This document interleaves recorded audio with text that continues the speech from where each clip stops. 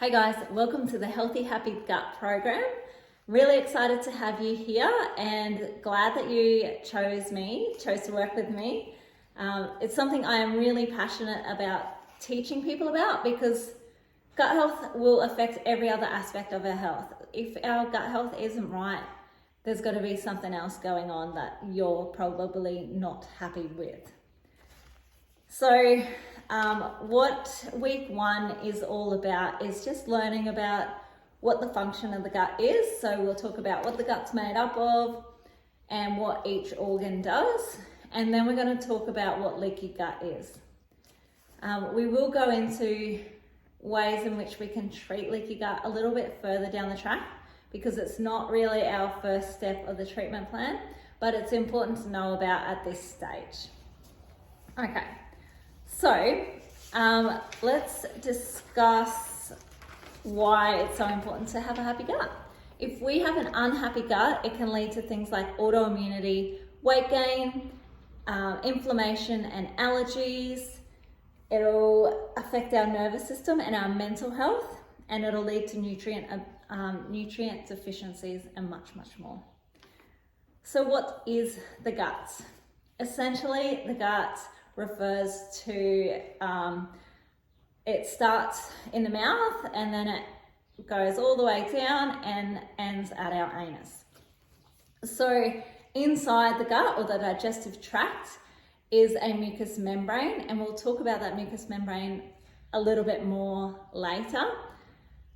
But in that mucous membrane, it allows water and nutrients to flow through into the bloodstream after food is digested. Okay, so basically our digestive tract breaks down our food so that we can utilize the minerals and nutrients that we get from our food for cellular energy, repair and function. Okay, so the gut's separated into 4 different areas. We have our esophagus, we have our stomach, and then our small intestines, and then we have our large intestines.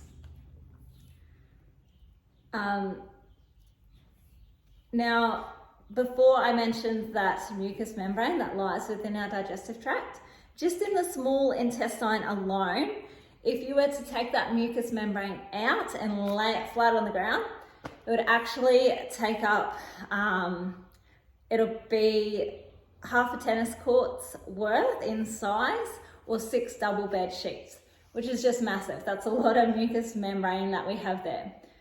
So you can begin to imagine then, like with something so large in our body, why it's so important that we really look after our gut and have a nice healthy mucous membrane. Okay. So let's go into the role of the stomach, the small intestine and the large intestines. So our stomach is where the breakdown of our food begins. It produces stomach acid, it turns our food into a gooey paste, and it also kills off harmful microscopic invaders like pathogenic bacteria. So when you think about that, you kind of understand why our immune system lives in and around our gut, because our digestive system is basically easy access to harmful microscopic invaders. So having that immune system right there is really handy to have. Okay, so with our stomach, it'll also hold food. So it's only about the size of a sausage, but it can stretch to 4 times that amount when we're eating large meals. And so what it does is it will hold our food, and once some food is digested and the small intestine is ready, it'll split some more gooey paste down into the small intestine just in intervals. Next, we have the small intestine, which basically mixes chyme with our digestive juices, and it'll bring that digested food into contact with that mucous membrane so that we can start absorbing some of the nutrients and water from our food. It will complete the digestion of carbs, proteins and fats. So all of our digestion is actually done there, and it'll absorb 90% of our water and nutrients that pass through our digestive system. Next, it'll come down into our large intestine, So our large intestine basically completes the absorption process. It produces certain B vitamins. The bacteria in our large intestine will convert protein into amino acids, which are our building blocks. It'll form our feces, and then peristalsis will occur, which is the small muscular contractions that push the feces down to the rectum to pass the bowel movement. So that discusses what each of those organs do essentially and how it should look. So you might recall earlier I mentioned that mucous membrane being selectively permeable. So that brings me to the topic of what is leaky gut. So leaky gut is where the tight junctions of that mucosal membrane become damaged and less selective about what it's letting through into the bloodstream. And the gut wall becomes inflamed and leaky. So the analogy that I like to use, which isn't exactly how it happens, but it's a good picture to have in the head to understand what's happening when you have leaky gut. So if you think of the gut wall lining being kind of like a screen door, having little tiny holes in it to allow nutrients and blood to pass through into the bloodstream. What happens in leaky gut, if you think about that screen door then becoming damaged by maybe it's had a few baseball bats thrown at it, it's had cats scratching at it, and those holes become larger and more permeable, meaning things are now getting into the bloodstream that shouldn't be, and that's triggering an immune response.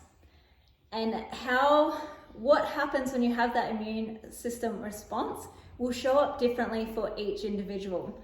So one person, when they have leaky gut, might experience depression or anxiety, whereas someone else might just have skin rashes and chemical sensitivity. So it's different for everyone as to how it shows up, but either way, there is that immune system reaction because things are leaking into the bloodstream that shouldn't be. So undigested food proteins and bacteria that shouldn't be passing through. So it's no wonder that 80% of our immune system live in and around our gut. So what then contributes to leaky gut? So there's a few different things. Poor diet, obviously, is a big contributing factor.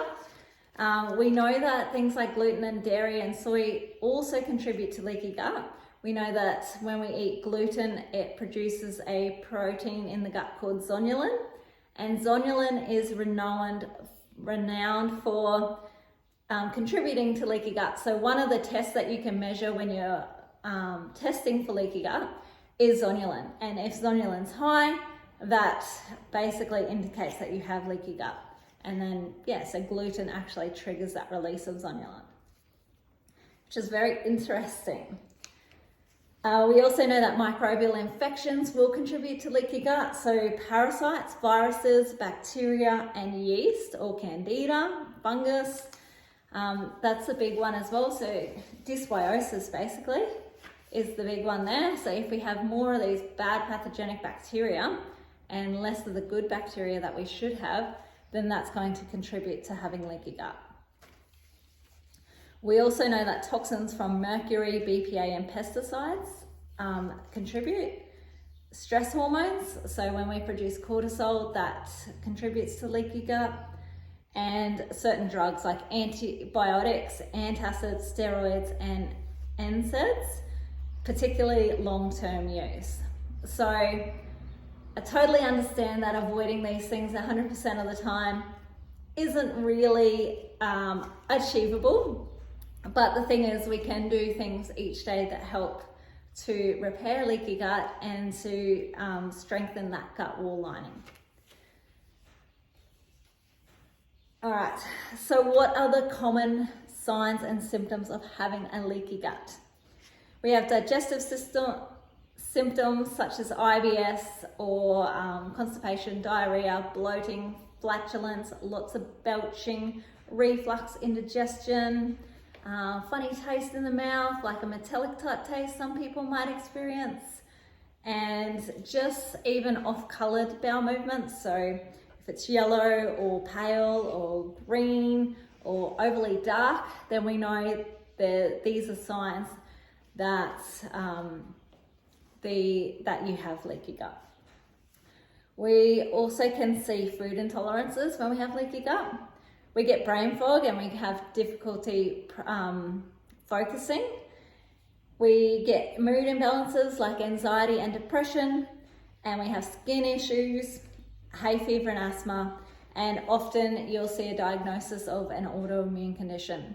So if you have an autoimmune condition, it is likely that you had or have leaky gut, and it's important then, because autoimmunity means our immune system is attacking its own organs, then we need to make sure we're always looking after our gut and our immune system. And to look after our immune system, basically we need to look after our gut.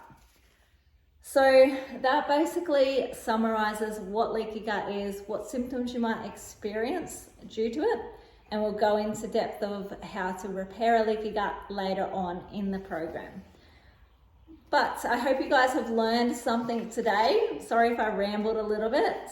But yeah, I hope you have a great week. And if you have any questions at all about what leaky gut is and what it involves, or the digestive function, just let me know. Write a question in the group, because it is the best place to ask. Because if you thought of that question, no doubt someone else has as well. All right, guys, have a great week, and I will talk to you again soon. Bye.